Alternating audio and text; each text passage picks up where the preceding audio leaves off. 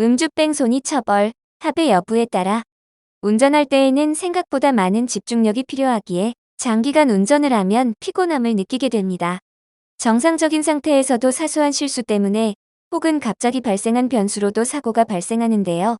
하지만 매일 같이 운전하게 되면 나도 모르게 익숙해지고 운전하면서 전화를 받거나 휴대전화로 영상을 보는 등 안일한 모습으로 운전을 하게 됩니다. 어쩌다 차를 가지고 나간 약속 자리에서 음주를 하게 되기도 하는데요. 음주한 상태에서 운전하는 것은 명백한 범죄이며 절대 해서는 안 되는 행동입니다. 음주 후에는 대리운전을 이용하거나 지인의 도움을 받아 직접 운전하지 않는 것이 현명합니다. 음주운전은 단순한 위법 행위를 넘어서 끔찍한 사고를 발생시킬 수 있는 범죄라는 사실을 명심하고 음주한 날에는 절대 운전대를 잡아서는 안 됩니다. 하지만 우리는 뉴스나 기사를 통해 유명인들의 음주운전, 음주뺑소니 등 음주운전하여 사고를 일으킨 사건들을 종종 접하게 되는데요. 많은 정치인이나 연예인들이 끔찍한 사고를 일으키거나 음주 측정 거부, 경찰관을 폭행, 심지어 현장을 도주 또는 시신유기를 시도하는 등 다양한 사건이 뉴스를 통해 보도되고 있습니다. 한 유명 연예인 A씨가 음주뺑소니를 저지른 후 자신의 차에 치여 사망한 피해자의 시신을 근처에 유기했다는 소식이 많은 이들에게 충격을 안겨주었습니다. A씨는 유기 현장 근처에 차를 세워두고 잠이 들었다가 몇 시간 뒤에 경찰에게 체포되었습니다. 당시 경찰에 따르며 A씨는 사고 이후 7시간 이상 잠을 잔 후 일어났음에도 혈중 알코올 농도가 0.2% 이상으로 확인되었습니다.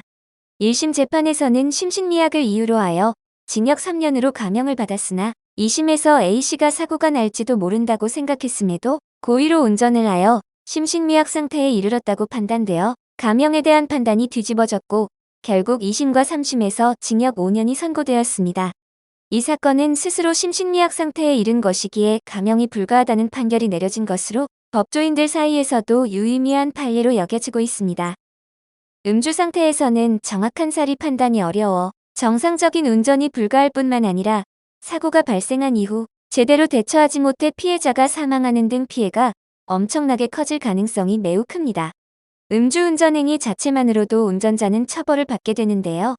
단순 음주운전의 경우 혈중 알코올 농도 수준에 따라 처벌 수위가 달라집니다. 기본적으로 혈중 알코올 농도 수준이 0.03%가 넘는다면 음주운전 처벌 대상이 됩니다. 사회 전반적으로도 음주운전 행위에 대한 부정적인 시각이 지배적이고 더 무거운 처벌이 내려져야 한다는 목소리가 계속 나오고 있습니다. 음주한 상태에서 운전하다가 사고까지 일으킨다면 더욱 무거운 처벌이 내려지게 되며 이전보다 더욱 엄중한 처벌이 내려지고 있는데요. 차량으로 사람을 다치게 하거나 사망까지 이르게 했다면 무기징역까지도 선고될 수 있습니다. 사고를 일으킨 후 피해자를 방치한 채 현장을 떠나는 음주뺑소니를 저지른 경우에도 무거운 처벌이 내려지게 됩니다. 각 상황에 따른 음주운전 후 교통사고를 낸 경우 처벌 수위에 대해 좀 더 자세히 알아보도록 하겠습니다.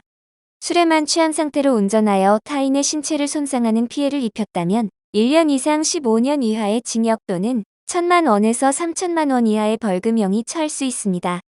만약 피해자가 사망에 이른 경우라면 최소 3년 이상의 유기징역, 최대 무기징역까지 선고될 수 있습니다.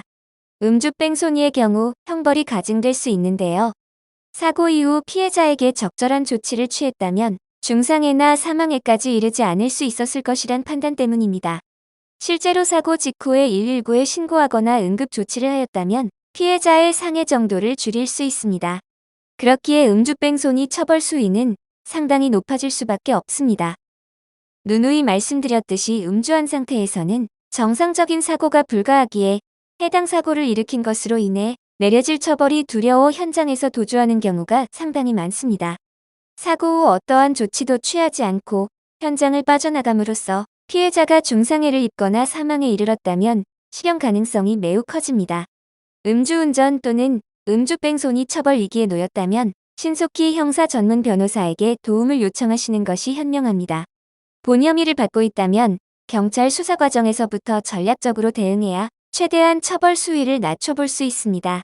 또한 48시간 이내에 자백한다면 형량을 더욱 낮춰볼 수 있습니다. 하지만 자백의 경우에도 법률 대리인의 도움을 받아야 결과에 유리하게 작용할 수 있으니 먼저는 전문 변호사에게 상담을 받아보시길 바랍니다. 상대방의 실수로 사고가 났다 하더라도 음주운전 행위 자체에 잘못이 있으므로 무작정 잘못이 없다고 주장하시는 것이 현명한 대응 방법이 아닙니다.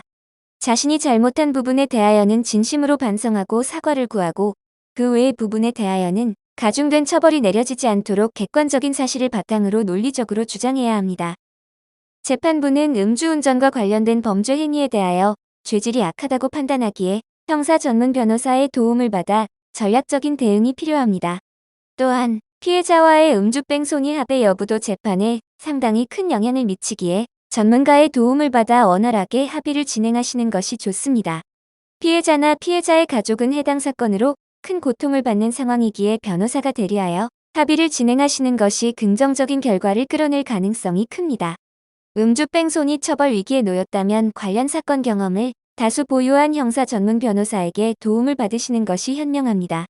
법률사무소 AL에서는 형사 전문 변호사가 카카오톡을 통해 직접 무료 법률 상담을 도와드리고 있습니다. 본 상담은 24시간으로 운영되고 있으니 도움이 필요하다면 즉시 연락하셔서 현명하게 문제를 해결하시길 바랍니다.